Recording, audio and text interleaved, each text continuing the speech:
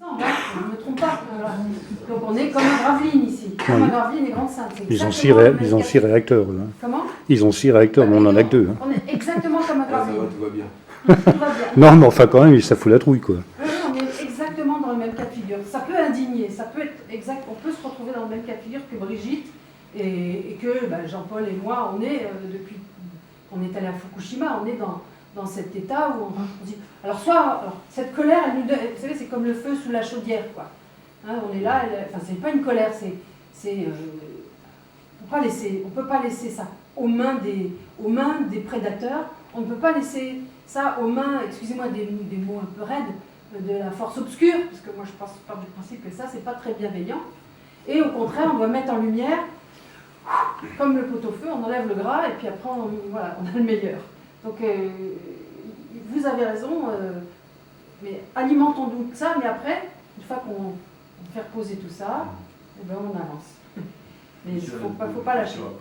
Attends, il y a un monsieur qui n'avait pas parlé. J'imagine qu'il y a une opposition municipale. Très peu. Enfin voilà. Parce qu'on voit rien dans le film de ce côté-là. Combien d'habitants? Très peu. Je vais vous dire. 24 000 habitants. Alors, je vous donne des chiffres. 24 000 habitants. Tiens, j'ai perdu. 450 associations, 6 000 bénévoles. Ça veut dire que ça fait 25% de la population qui est bénévole dans la ville. Et vous me demandiez opposition. Donc, dans l'opposition, il y a des gens aux dernières présidentielles. Alors, présidentielle, hein, c'est pas le vote local, c'est le vote présidentiel. 40% pour Marine Le Pen et le reste pour M. Macron. Mais au municipal, Damien Carême a été élu à 61% au premier tour. Donc c'est pas la même histoire. C'est pas la même histoire. Ils votent pas de la même manière. Et l'opposition, moi je me suis dit, tiens, je vais aller la filmer quand même, c'est important et puis pour pouvoir lui donner la parole. Je voulais l'entendre. Et je suis allée au conseil municipal. Et j'avais demandé les autorisations, etc. Et je pose ma caméra et je cherche. Alors il y avait une femme qui était là, une opposition, mais qui était très, je dirais de l'opposition avec une voix qui apporte des remarques cohérentes et puis qui après finalement dit bon ben d'accord je vote, qui vote toujours, mais qui voilà, vous savez tu es sûr de ce que tu fais là ou t'as pas oublié ça par hasard, mais c'est bienveillant, c'est une opposition bienveillante. Et malheureusement, il y avait 4 sièges vides. Voilà. Donc les 4 sièges vides, c'était l'opposition, c'était cette masse de 40% qui vote, mais qui n'est pas en capacité de rentrer en action. Voilà, qui n'a pas de réflexion politique, ou en tous les cas d'action politique réelle. Ça n'est que dans le vote. Voilà. Oui, monsieur. Pour en revenir au film, pratiquement, c'est vous qui contactez pour la diffusion du film, c'est vous qui contactez les associations, les municipalités, ou on vous contacte? La plupart il n'y a pas de règle, il n'y a pas de règle, mais la plupart du temps, ce sont des associations qui nous contactent par l'intermédiaire des cinémas, et puis après, nous venons effectivement montrer le film. Il y a très rarement des cinémas disent tiens, je vais montrer le film Grande-Sainte, ou tiens, je vais montrer le film Aux enfants nous accuseront. C'est très souvent, ou la plupart du temps, c'est vraiment nourri par une demande. Il n'y a pas de possibilité d'avoir ça dans les salles, dans les grandes salles. Les multiplex. Les circuits classiques. Mais on est montré dans les circuits classiques, mais ce que vous appelez circuit classique, moi je préfère ces circuits. Ça pour moi c'est un circuit classique. Les autres c'est pour moi des supermarchés du cinéma. Oui, mais des fois c'est bien d'atteindre. On n'ira pas là. On y va, mais on se demande d'abord ce qu'on y fait.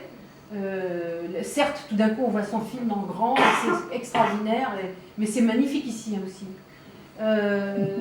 Ça serait un rêve, ça voudrait dire on aurait réussi à convaincre tellement de personnes, on aurait réussi à passer de l'autre côté. C'est-à-dire que les gros distributeurs, les gros financiers du cinéma auraient accepté l'idée que c'est important. ce qu'on est en train de dire est important. C'est peut-être à tenter, ça vaut le coup quand même. On l'a essayé. Oui, j'imagine.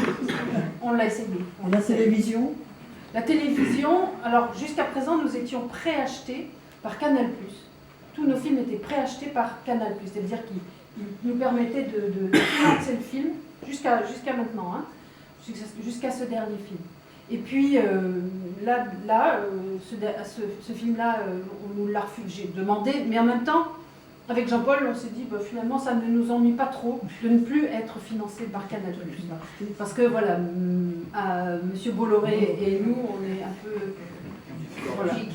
Et après, on ne peut pas être financé par Arte, parce que Arte ne finance que les films documentaires, que pour la télévision, mais pas pour le cinéma. Arte ne finance que des films mais pour le cinéma. diffuse quand même, non? Diffuse, mais des films qui ont été fabriqués pour la télévision. Que ça? Oui, Bah, des non. films documentaires Ah, que pour la télévision, que vous verrez d'abord à la télévision. Peut-être que vous le verrez en salle ensuite, mais que pour la télévision. Si vous arrivez chez Arte et que vous leur dites « Bonjour, je veux produire un film pour le cinéma », documentaire pour le cinéma, ils vous diront « Non, nous ne le faisons Mais pas ». même fut un temps pour la fiction, il projetait télévision et ça sortait juste après en salle. Oui, il y avait ça, mais ça, il bousculait sérieusement la chronologie des médias et c'était très nocif pour les salles et voilà, c'est pas bien. Excusez-moi, puisqu'on parle de diffusion, Oui. on parle donc du cinéma ici. Oui. Le cinéma ici, vous avez la chance de pouvoir venir. Oui. Aujourd'hui, il est plein, c'est génial. C'est malheureusement pas toujours le cas. Et d'autre part, le cinéma a quand même des difficultés financières qui ne sont pas négligeables et qu'il faut prendre en compte si vous voulez continuer à venir dans ce cinéma. Et il y a un problème de toiture, ça paraît bête. Et donc il y a un appel aux dons de façon à ce que vous diffusiez le plus possible, il ne s'agit pas peut-être vous individuellement de donner de l'argent, mais au moins que vous diffusiez cette information pour qu'il y ait un maximum de personnes qui financent, sinon le cinéma finira par disparaître. Problème de voiture. Non, de toiture. Voiture cherchée. Voiture. Comment ils utilisent la voiture? Voilà, donc c'est des sommes qui sont pas négligeables, c'est de l'ordre de 40 000 euros. Hein. Même s'il y a une aide du CNC, s'il y a des aides diverses ou de la région ou autre, il faut absolument qu'on arrive à trouver cet argent-là si on veut continuer à venir au cinéma dans un cinéma exceptionnel, de proximité. Ça, c'est vraiment, à mon avis, important. Sinon, plus généralement, il y a des élections qui vont se préparer dans 2 ans, hein, en 2020. Il y a 2 possibilités de le faire. Alors, soit effectivement, chacun d'entre nous, on se présente aux élections, c'est une possibilité. Il y a une autre possibilité aussi, c'est de faire pression sur les élus. Et une façon peut-être de faire pression, c'est par l'intermédiaire d'un événement qui s'appelle Coquelicot. Je ne sais pas si vous avez entendu parler de ça. Donc chaque premier vendredi